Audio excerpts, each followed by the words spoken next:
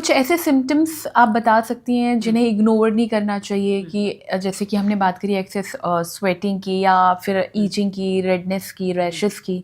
तो कैसे हम लोग ये मेजर करें या कुछ ऐसे सिम्पटम्स हैं जिन्हें हमें नोटिस करना चाहिए कि एक्चुअली में अब हमें डॉक्टर के पास जाना चाहिए?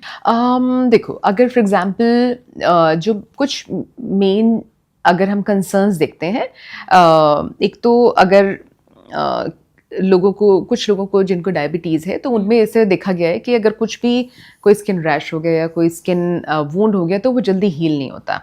तो फॉर एग्जांपल अगर कोई रैश हो गया है या कोई इन्फेक्शन हो गया है तो आइडियली वो 2 से 5 दिन में नॉर्मली बॉडी उस की हीलिंग कैपेसिटी होती है, with in a weeks time it should be okay. But अगर वो हील नहीं हो रहा है तो वहाँ पे इट्स वेरी क्रूशल कि आप फिर डॉक्टर को ज़रूर दिखाएं। तो कोई भी इन्फेक्शन अगर आपके बॉडी पे हो गया है, स्किन पे हो गया है, whether it's a rash, whether it's a redness, whether it's a painful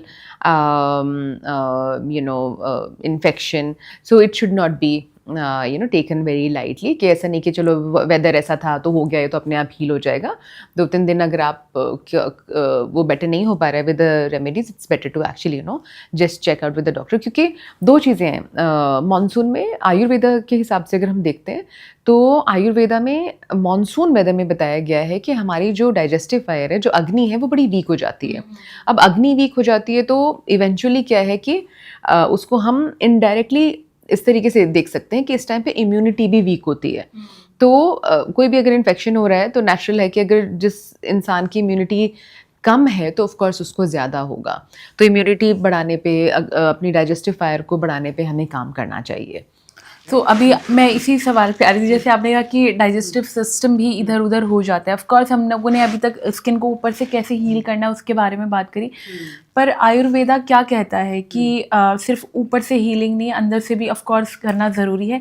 तो क्या फूड आइटम्स हैं ऐसी, क्या हमें अपनी ईटिंग हैबिट्स में चेंज करना चाहिए मॉनसून सीजन में, जिससे आपको स्किन को हील करने में वहाँ से भी हेल्प मिलती रहे? डेफिनेटली आयुर्वेदा तो एक हॉलिस्टिक साइंस है एंड आयुर्वेदा सेज कि आप केवल ऊपर ऊपर से नहीं ठीक कर सकते, तो आपको डेफिनेटली इंटरनली आपकी बॉडी में क्या जा रहा है उस पर फोकस करना बहुत ज़रूरी है।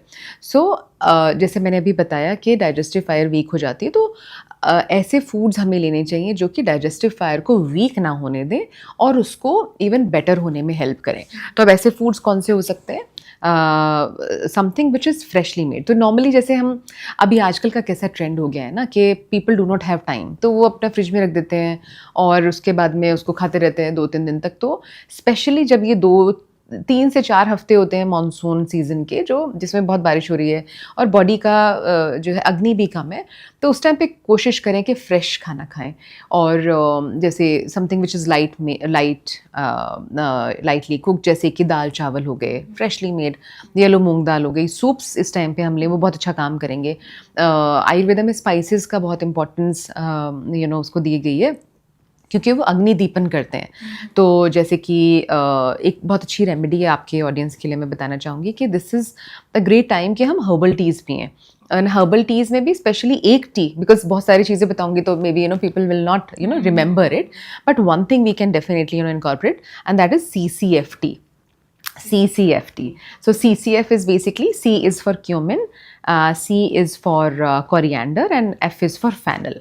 तो जैसे हम 1 ग्लास पानी लें और उसमें 1 to 2 grams like 1/4 teaspoon of cumin, coriander and fennel उसमें हम बॉईल कर लें। वो बॉईल कर लिया और वो फिर हम जो है ना खाना खाने के बाद में उसको पिएं।